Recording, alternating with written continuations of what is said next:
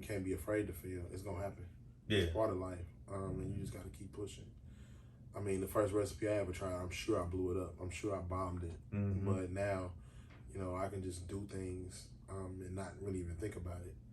It's just part of the whole makeup, the completion, the end result. It's trial and error, finishing, not finishing, almost finishing, failures. I mean, if you fail, you gotta get up and do it again. You can't stay there. You can't stay in that place because you'll never know what the end result is if you don't try it again. What's up, guys? I'm Chef Jeff, owner-operator of The Holy Box. Also, I'm the owner of TX Meal Prep, fully customizable meal prep service here in the DFW area. So if you're looking for meals to lose weight, gain weight, or just something convenient, I'm the guy. Bro. Yeah, man. Yes, sir. Long time. It's been a minute, man. It's been a minute, man. Wanted to first kind of let people know kind of the origin of us a little bit. There's so many layers to that, right? Our parents and my grandfather and Pastor Atkins and all of that. We're going back to First Baptist Elmwood and Kinlock. And so if you're not from St. Louis, you don't know anything about it, but you're from St. Louis, you know exactly where those churches are. And where they were. Yeah, and where they were, right? And so every one of my grandfather's pastor anniversaries, Church of Kinlock was coming to First Baptist Elmwood. So your dad, Pastor Atkins, you, your mom, your brother, coming through, man, long time ago. Wow. And so likewise, when it was Pastor Atkins' anniversary, I came through. First Baptist Elmwood was always at First Baptist Kinlock. It turned into a whole brotherhood. Man, long time brotherhood. Yeah. And then, we end up at the same middle school together, at Kirby. And then we ended up finding out that we both sing. To the acting class together, man. And now we're here, man. We're here. Got this 9 conversations that I'm kicking off, man. 9 meaning now, over, never. And so when I was thinking about people that I wanted to talk to for this, you were definitely at the top of the list, just because I don't know the whole story, because there's parts that you haven't shared just because we haven't had the opportunity to kind of chop it up like that, or maybe parts about my story that that you don't know. But I know you have a story. Man, what's your motivation when you wake up in the morning? Man, it's my kids, man, my family. Pushing through, not being like the average Joe. Just trying to make something happen. And then just I get a joy out of serving. It's just the opportunity to serve. It's a privilege that I don't take lightly. Meeting new people, trying new things, man, it's always something that I love doing. So I hop up ready to tackle today. Yeah. Never knowing what it may be. Yeah. Being a chef, man, it's just every day is different. It's not like the last day, and you're gonna do something that you didn't do yesterday. So that's how I get up to see what it's about. Yeah. I mean, y'all mentioned, I heard that he just mentioned chef. So y'all know I'm the non-chef. So this is the chef. This is the chef that I know. I have a personal friend who is actually a chef. You see, I don't have none of that. And as y'all watching this, y'all gonna see all the footage. So you'll see kind of him getting down and doing his thing. What's this? What you? Does this look interesting? This is a breakfast casserole. Okay. I'm giving it a shot. Turkey, ground turkey. Ground turkey. Okay. Vegetables. Biscuits are the base. The egg is the filling. My first time doing this one. So you're gonna put it in the oven? Yeah, we're gonna put it in the oven. See how it goes. Oh man. I really be winging it sometimes. I don't even lie. Yeah, but see you. This is the difference between what you doing and what I'm doing, because I got to have me. It'll take me a week. I'll be wrecking my brain trying to figure out what. Oh man, but it looks so easy when you do it. I promise. Well, that's how I'm cutting it up. gotten to witness it a few times, right? I think the most glaring one to me was our 10-year high school reunion. Oh yeah. My man made the everything that we ate. And I said that like that on purpose. He made the everything that we ate. That we ate, man. All the food, desserts, everything, and it was bussin'. But I also knew that before he did that, he was capable of cooking, because I know the house he grew up in, which is another story I got. I believe it was a birthday party at your house, and your mom laid out. This is where I first learned about pinwheels, y'all. Oh shit! She can do the pinwheel. I never knew what a pinwheel was, man. And I just remember I kept sneaking back into the kitchen. These little, y'all know what pinwheels are, but the little, I guess it's tortilla and like ham or turkey meat or something. This is before my vegan journey, but I used to, oh man, like cream cheese and, ooh, I thought she created them things. Like I didn't know that was a thing. So after that, for a minute, I was telling people, man, JJ's mom makes these things. I don't know what they are, man. I used to go home and take bread and like try to wrap my lunch meat, and it wasn't hidden. Where did the love for wanting to go? You say, I'm gonna go to culinary, or like I feel like I'm good at it, or I want to get better at it, or where did that come from? Actually, it was just a shot in the dark, to be totally honest and transparent. I really wanted to be a mechanic, and my mom was like, "You don't want to be no grease monkey all your life." I'm like, parents. Yeah, and so I just tried. I was like, let me try the next best thing. Yeah. I went to school, but I didn't completely finish because I got a job at Harris Casino. Yeah, I walked into a sous chef position, which most people don't do.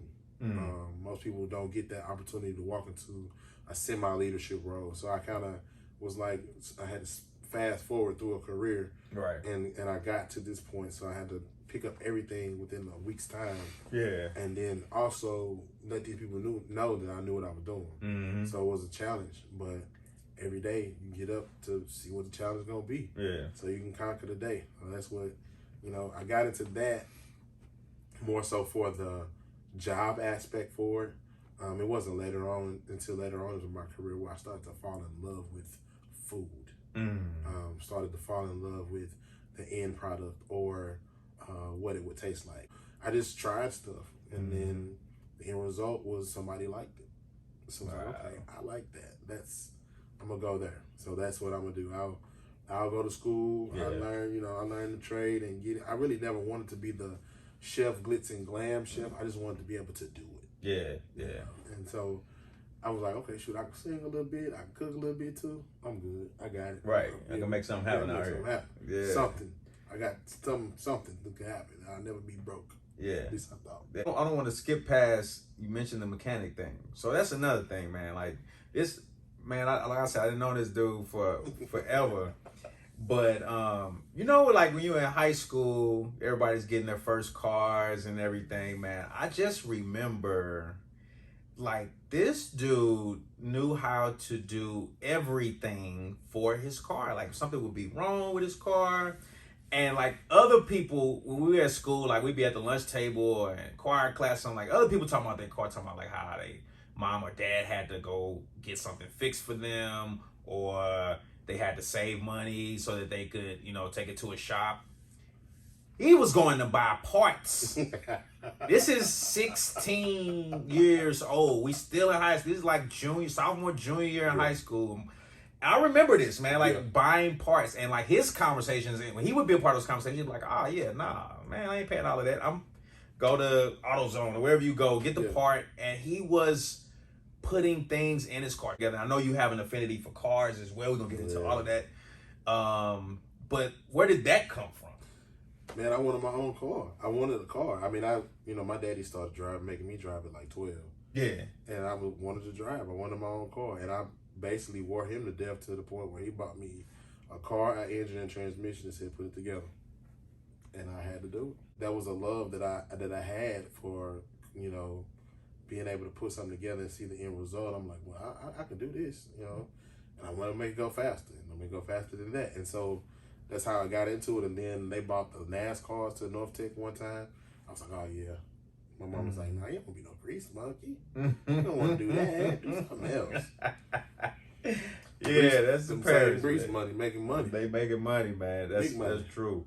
Having the passion or the desire to see something through to completion, right? Like, so whether it's putting together a vehicle, putting the engine in, taking things out, seeing how things work, messing up, correcting yourself. I imagine there's a lot of that in culinary, right? Tons of it. Trying things out. Some things working, some things not. What can you tell someone who wants to accomplish something, wants to see something through to the end, maybe has a dream to do something, whatever it is? How important is it to be willing to fail and to be seeking actually opportunities to learn in that way versus, learning in any other kind of way? Failing is part of the process. Yeah. You got to be able to fail in order to win, in order to complete it. You never know how to get to the end result of whatever it is where you stop, because there may be a different avenue you just didn't know. Right. But if you don't get up to see it or try again, you'll never know that. Yeah. That's important, man. That's important. I think people need to see that, because a lot of times, especially people that don't know you, people that haven't been around, like they see the end result of something, and so they assume like, oh man, he must have been doing this for years, or it must come easy, or you know what I'm saying? My goal is with these conversations and just what I'm doing is just try to use different avenues to help people attack their fears, to conquer their fears, to do things that they are very much so capable of doing, right? Whether or not they know it or not, or whether or not they believe it or not, God has given all of us something. Yeah. And sometimes he just gives us the nail in the hammer.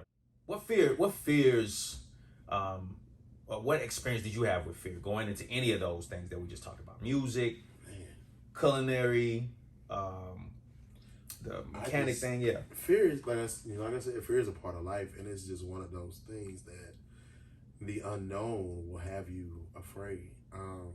With every plate that I make, there's a degree of fear of if it's gonna taste right, or they're gonna like it like I like it. Is it gonna look like I want it to look? It's just a degree of fear, and you just have to keep pushing. You have to go past it. It's a thing that can cripple you and take you down, but the more you get up, the more you press, the more you push, the more fear will diminish. And you just have to build yourself up. I gas myself up. I'm with me every day, all day. So I gas myself up in the mirror, talk about how good I look, talk about how, I smell something, but like, ooh, that smell good. Then you must have did that. I gas myself up so that when a fear tries to rear its head, I just be like, yeah, bro, come on. I got this. You already know. You know what it's gonna be. And there are times where it's overwhelming. I built a food truck, and every day I would step out on that truck, I would be afraid, because you're dealing with stuff, the unknown. I don't know nothing about electricity. I don't know nothing about propane. I don't know nothing about plumbing. And all these things are attributes to this truck working right. And if one of them go wrong, now you have a busted project. And so I would be afraid. And then I would get to the point where I'd be like, okay, you got this. It's looking like you're supposed to. Okay. But in the end, like I said, the end result, I had to keep pushing. I had to keep pushing to see what the end result was going to be. Yeah. Because I wanted to see if it was going to work. Right. And if it didn't work, then why? Right. And then I had to figure out what the why is. And I go back and so I really didn't have time to let fear get too cloud my head too much, because I had to figure out why. I had to figure out if it was going to work. And when it did work, now we got to celebrate. Yeah. Because I done something. Yeah. You know what I mean? And it was just one of those things. Praying, I'm talking about prayer life is ridiculous, because I have to pray fear away all the time. So let's talk about it, because you brought it up. The Holy Box. Yeah.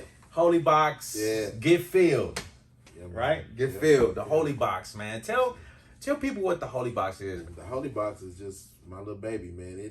I wanted a food truck, because I didn't fear kept me from opening a brick and mortar restaurant. So I felt like if I could do a food truck, I wouldn't be as fearful, because I can just pick up and leave. If I fail that day, I'll go somewhere else tomorrow. Try it again. So try again. And so I'm like, well, I want to do a food truck. I'm gonna do a food truck. And for so long, it was just a thing where I was like, it'll happen or not. It doesn't matter. But then it became something that God wanted me to do. That's when I started getting up in the middle of the night. I started looking at old FedEx trucks, old bread trucks, things like that. And it was one of those things where timing. And I never thought about it until one of my friends told me. He was like, it didn't work out because of this. And so I would be on my way to go look at one. Somebody would buy it. I would say I'm coming, or, I get there and it'd be rusted out, or I couldn't do what I wanted to with it, or it wasn't worth it, or something like that. It was always something wrong with whatever I was looking at. And then my pastor got wind of it one day, and he was like, man, I heard you trying to buy one of the buses. And I was like, yeah. He said, what you gonna do with it? I said, I'm gonna turn it into a food truck. He said, you know how to do that stuff? I said, no. He was like, okay. And then the church anniversary came, and I'm in the back doing what I do. I cook for the pastor in between services, and I did not cook for the school during the week. And he came. So wait a minute. I don't want to skip past that. You are the chef. I am the head chef at Cornelia Christian Church. Talk it. I want you. I am the head chef, the resident chef. Yes. The guy in charge of the kitchen. There you go. That's it. Cornelia Christian Church. Yes, I am. I am sir. That guy. Okay. And I was really just serving. The title wasn't a thing because I didn't have it yet. Bro, they came and got me from the kitchen. I'm serving, doing what I do. No problem. We had a guest. We had Shawnee O'Neal, Pastor Keon Henderson before they got married.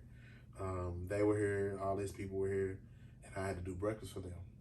So I'm plating up breakfast, and Pastor Taylor says, "Hey, Chef, Pastor would like to see you for a minute." Okay. So they walked me all the way into the church, and then he called me up on stage. Aren't you trying to do like a food truck? Yes, sir.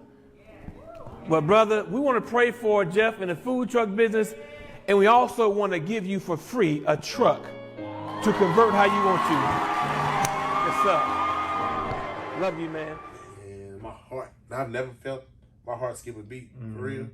My heart skipped a beat. And it was just like, wow, changed my whole world, bro. Like the whole, everything. Just spent, like I spent that Sunday in tears.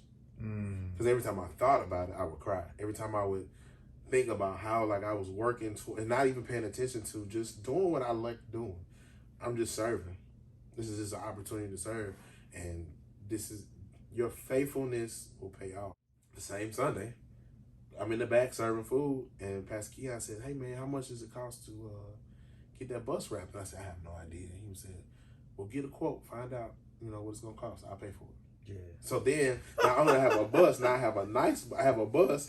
Then I'm gonna get it wrapped, and it's gonna look nice. Yeah. It's gonna be off the chain. I'm like, oh my God, it's gonna be off the chain before I even do anything to it. Right. So the story is crazy on so many levels, because you had spent, and I don't know what the time frame was that you were looking for a truck. It could have been years. It was about a year and a half. Yeah. So almost 2 years that you were looking for a truck, and everything that you went for, either somebody bought, or it wasn't in good condition, or maybe it just was bad timing.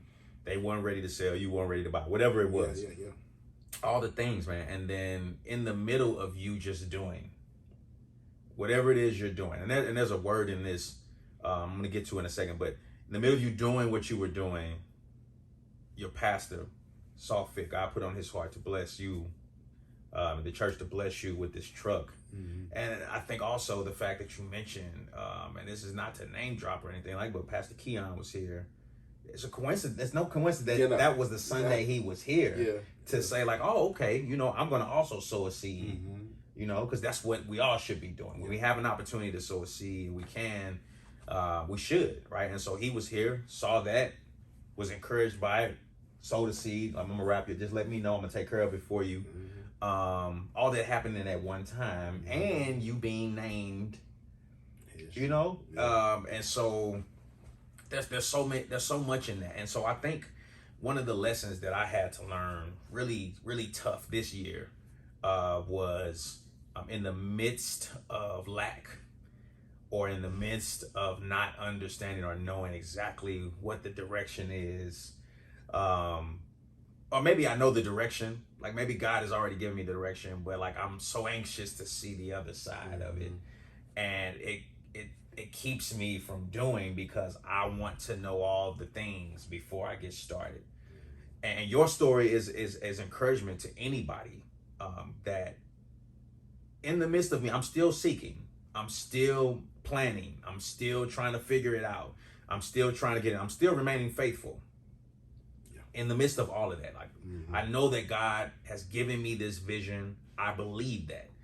And so maybe the avenues in which I'm trying to get to it are not working, but I don't lose faith and I don't stop working because of it. That's right. And your faith and your works were rewarded at the most unexpected time. You were in the middle of cooking for these people that were here. Right. In the middle of cooking, they bring you out to the congregation and bless you in that way. It actually solidifies who God is to me. Man. And it really rids doubt. Because I know you've done it before, and I know you'll do it again. The magnitude is always different. You know, it might be a little blessing over here, but that blessing is going to be, the next one is going to be bigger. And it's all a part of his plan, and it's all a part of how he wants to bless you. And it just keeps happening. He blew my mind. Like my mind is just blown with the way the Holy Box has turned out, with the way people have just sold into, you know, I want to see it done, and I just love your food. I just want to give you something. So it wasn't just the bus, the wrap, but then the money to build it. People just started coming. I didn't have. All I had was a vision. All I had was a plan and a thought. God made all of that happen. And like I said, he did it before, he'll do it again, but the magnitude was just so much greater because I have been serving, because I stayed faithful. I knew that when my lights were turned off, I would get the money, or God would do something and it would get turned back on. I knew that if once I started to tithe more or whatever the case may be, that he would return it to me, but not in that magnitude. I never thought that, it was going to be something this big. We have to remain faithful, man. Like I think the thing for me to that I've learned also is that getting comfortable with the fact that whatever it is, however it comes, is for his glory. Absolutely. It's for his glory. I think that eliminates a lot of worry, because then when we have our own agenda, right, and how we want things to turn out, even if the agenda is good, right, but it may not be his agenda, right? And so we're thinking about like, oh yeah, like I'll help people if this happens, or this is going to be good for other people too. Like, yeah, but that may not be the way that God intended it to happen. And so understanding that, having that faith in God, but also having that relationship. And you know, when you say you love someone, right? Like I'm after your heart, right? And I'm after your heart, then I'm after the things that you desire, that you love. So, and you desire me to serve. You desire me to love people. You desire me to give of my times and my talents, so that you be glorified, and so that people see you through me, and that they want to see you more. What would you say just to anybody out here that is struggling? They have things that they want to do, but there keeps being obstacles. Maybe mortgage, or life, somebody passing away, or anything. Like just keep getting knocked. They keep getting knocked. And so there's so many reasons, or maybe something from their childhood, their past, that they're struggling with, and they just can't seem to press the go button, or they do press go and then they stop. What do you say to those people? And what should they consider? Get up and do it. You got to get up from where you stopped. You got to get up from where you failed and just do it. And I've seen it. I'm a testimony. It will fall into place. It will fall into place. Yeah. And you won't know how or when or what. It will fall into place. Get up and do it. Stop being afraid. You can't be afraid, because on the other side of it is an end result. And you got to get up and do it to get to the other end. It's so difficult for for some people to get out of the mindset of needing to know it all. I'm one of those people, man. Like I need a lot of my first steps were altered or limited or didn't happen because I couldn't see the whole thing, or I wanted the pretty picture first. I want the introduction to look like I knew what I was doing. Absolutely. Right? You know, you want everybody to believe, like, because other than that, like, people are going to think you're crazy. I brought up Noah a minute ago, and I can imagine that he wished he had at least some kind of picture. You know how sometimes they have he didn't have no blueprint, like, off to the side so that people walking past him could see, this is what this is going to look like when I'm done. And I think you saying that, it's just a matter of getting up, right? It's just a matter of going, but it's a matter of believing, and you don't have to use your own strength. That's the luxury that we have as far as being believers, man. We have the luxury of not having to depend on us, which is a whole word in itself, right? Like, because if I only could depend on me, nothing's getting done, man, or nothing's coming from it, even if something gets done. But the fact that we get the luxury and God loves us enough to, with all of our mess, with all the mistakes that we make, with all the times we don't consider him, right? And he never wavers, right? And so, man, your story is a blessing to me. I know it will be a blessing to so many once everybody gets a chance to see it. Before we end, I want tell them other people what to expect from the Holy Box, what other endeavors you may have going on and things like that. Oh man, right now, so with the Holy Box, we up and running. I'm sporadically out here and there. The Holy Box came from me being a church kid, and with that, I coupled where I'm from. I'm still St. Louis, so I learned how to make the St. Paul's to the point where I can confidently make a St. Paul sandwich and be, 100% a St. Paul sandwich. Let me tell y'all something. If you are not from St. Louis, or you don't know nobody from St. Louis, or you've never been through St. Louis and had Chinese food from St. Louis, we call it the Chinaman. That's what we call it. And this particular cuisine that he's talking about is not even really Chinese food.